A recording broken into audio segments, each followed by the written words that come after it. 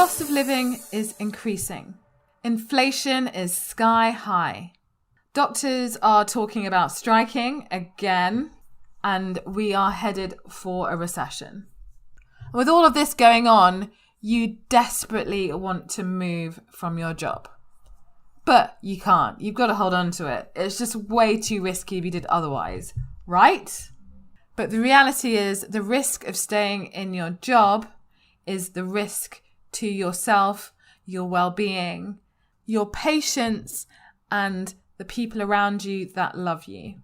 So in this episode, I cover why situations like these, particularly a recession, is actually a really great opportunity to consider and rethink your strategy in career change.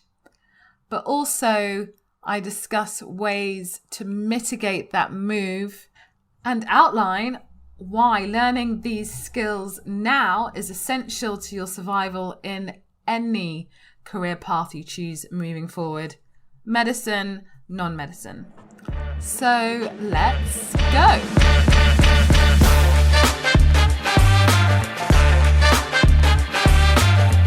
Let's face it, burnout amongst doctors is sky high, and we're actively seeking other ways to make the most of our transferable skills beyond the usual career pathways.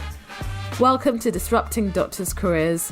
I'm your host, Dr. Abeyna Bubbers-Jones, and I'm on a mission to connect 1 million doctors across the world with the best in diverse career opportunities.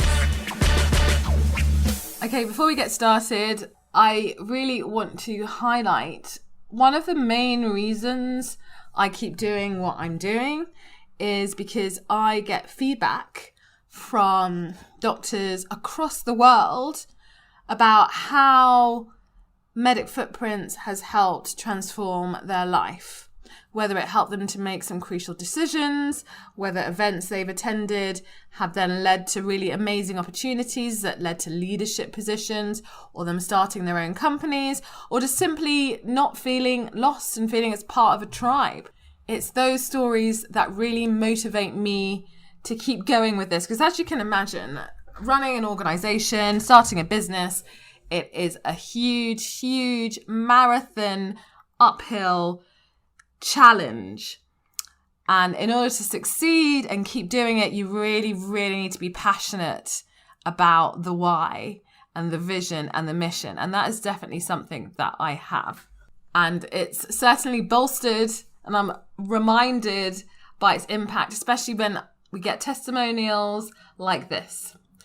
Abeyna and the Medic Footprints team have an intuitive understanding of the many challenges we face in creating a satisfying, sustainable, and rewarding career.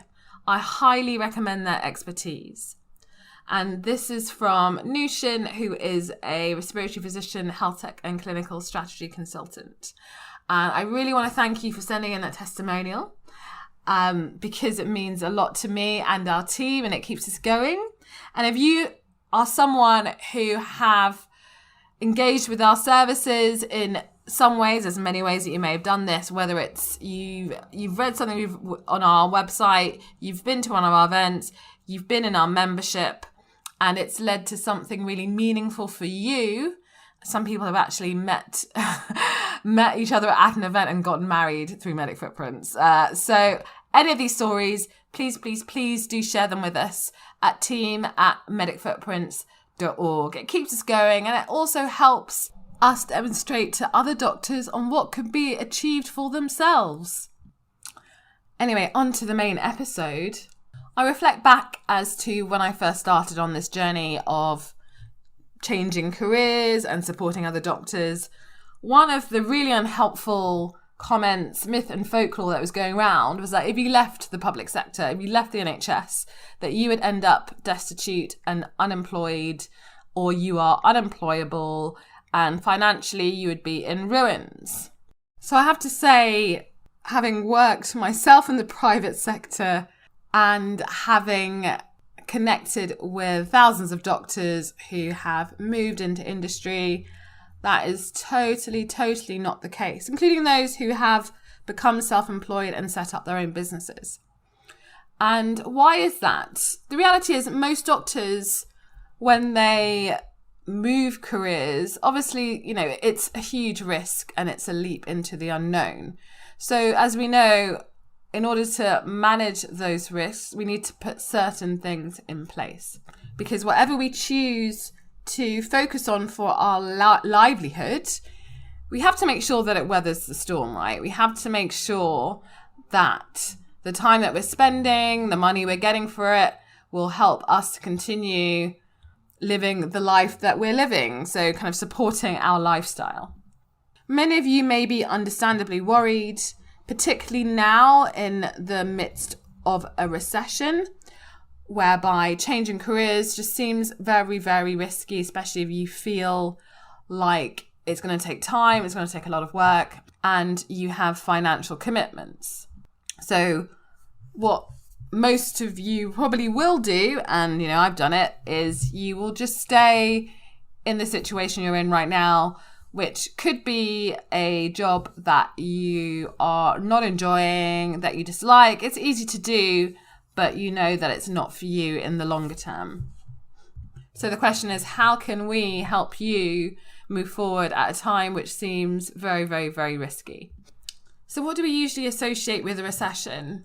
We associate job loss, we associate people or companies holding on to their money, and general doom and gloom. But how does this affect doctors? So as a doctor, you are already in a relatively recession-proof industry of healthcare. Everyone's always going to need healthcare.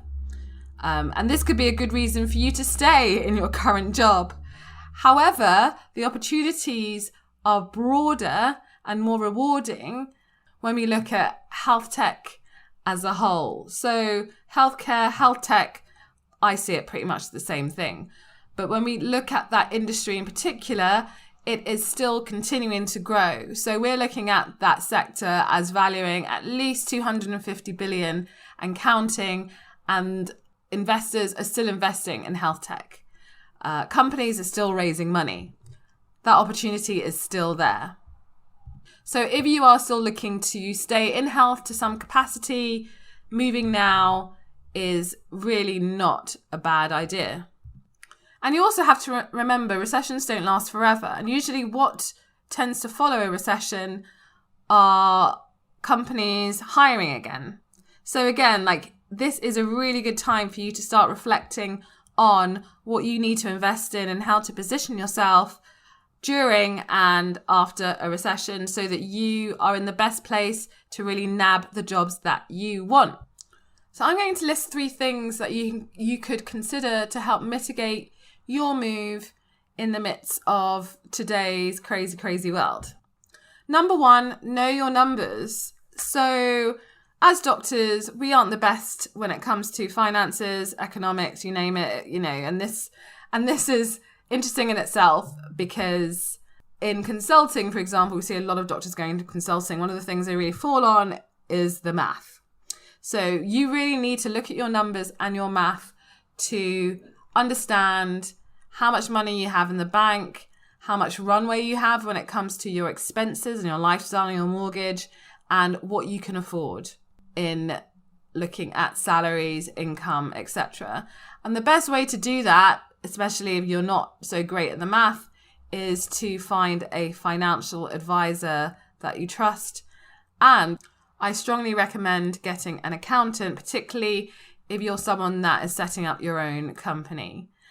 Always plan ahead and know your numbers.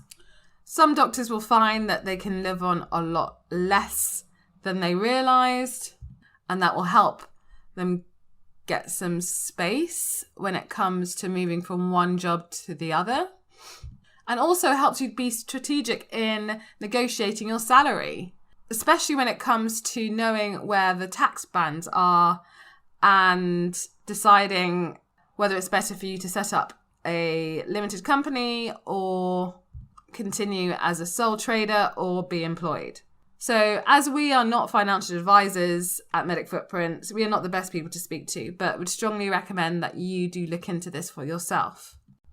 So my next point is to make sure you identify, develop, and leverage your transferable skills. So transferable skills is one of those terms that gets bandied around quite a lot when we talk about moving from medicine or a clinical role to usually non-clinical or to basically any other job.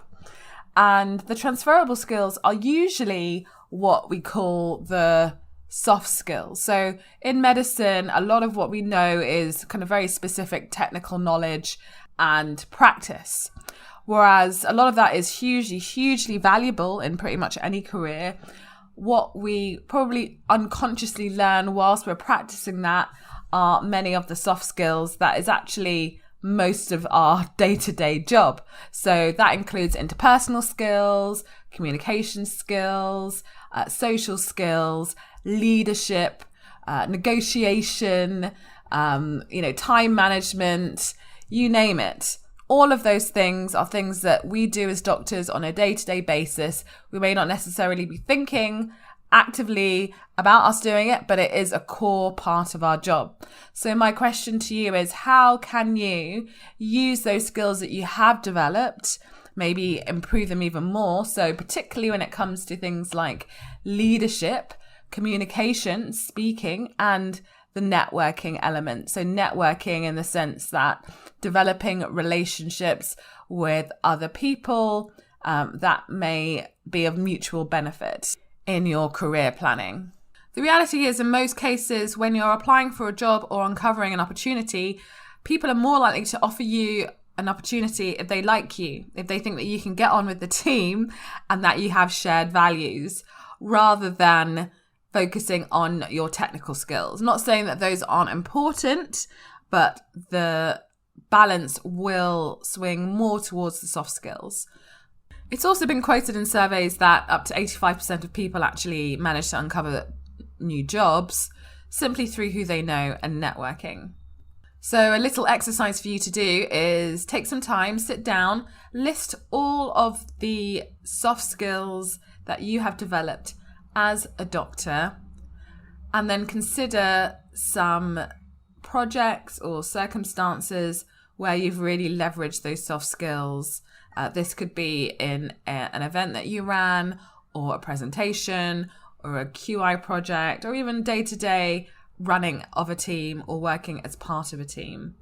And this also can be really highly valuable when you're trying to get your CV together, your LinkedIn profile together, and use examples for interviews.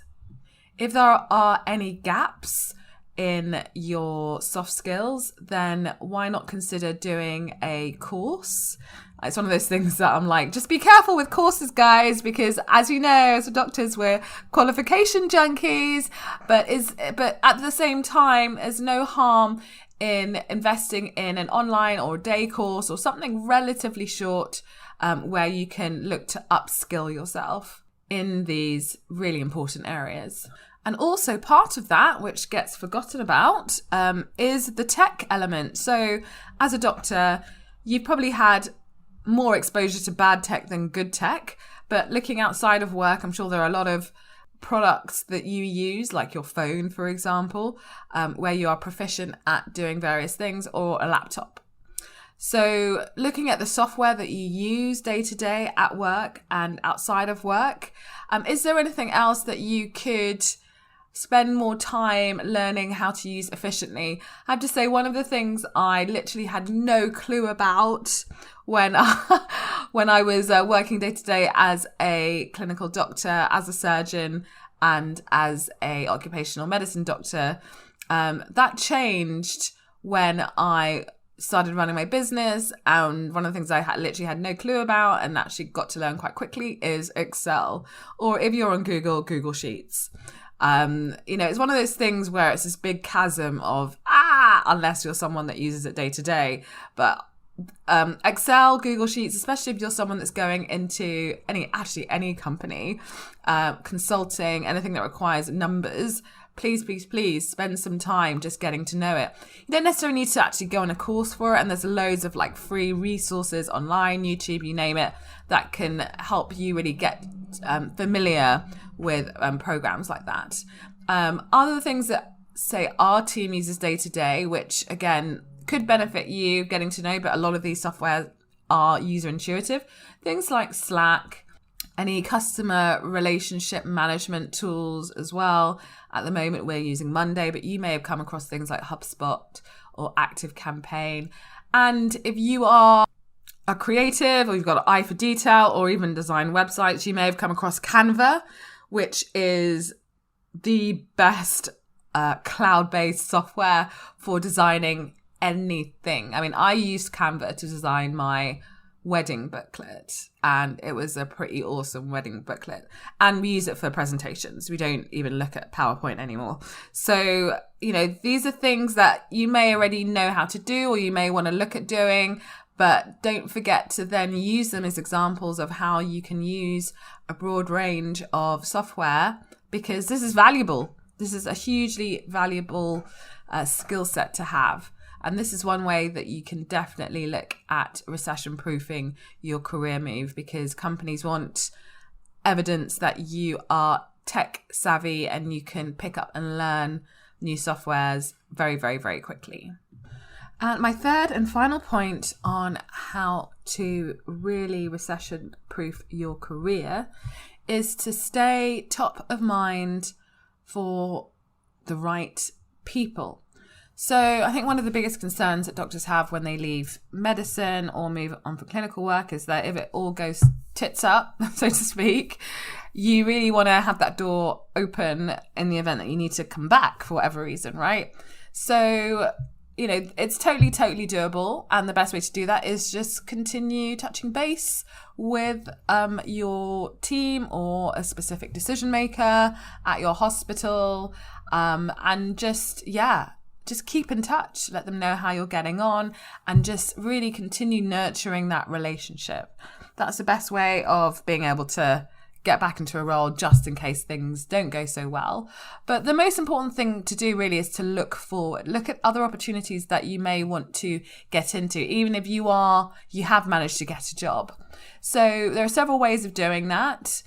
The easiest way to do that is to stay current on a social media platform of your choice. It doesn't have to be all of them.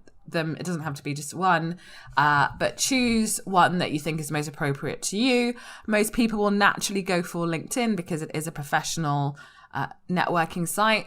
But if you are more of an Instagrammer and that's where your interests lie, or even YouTube or Facebook or TikTok, or, enter social media platform here, forums, then go do it. But just make sure you continue to engage in conversations, and that you stay top of mind.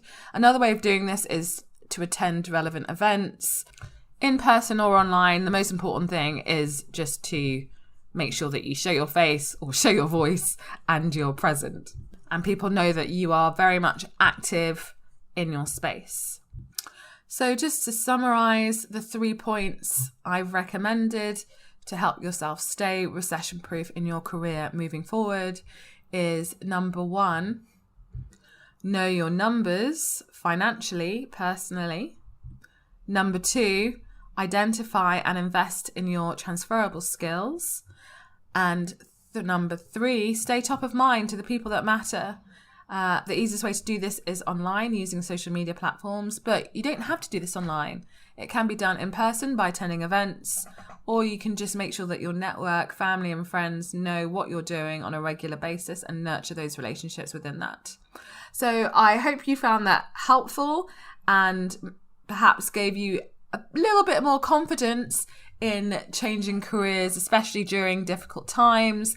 Like, this advice is relevant and evergreen for any career move that you decide to make, whether it's difficult times or not so difficult times. If you need any further support or advice on your personal circumstances, then please don't hesitate to join our membership, where you will get a one-to-one direct call with me or one of my team doctors if you go to medicfootprints.org/go premium. See you in the next episode.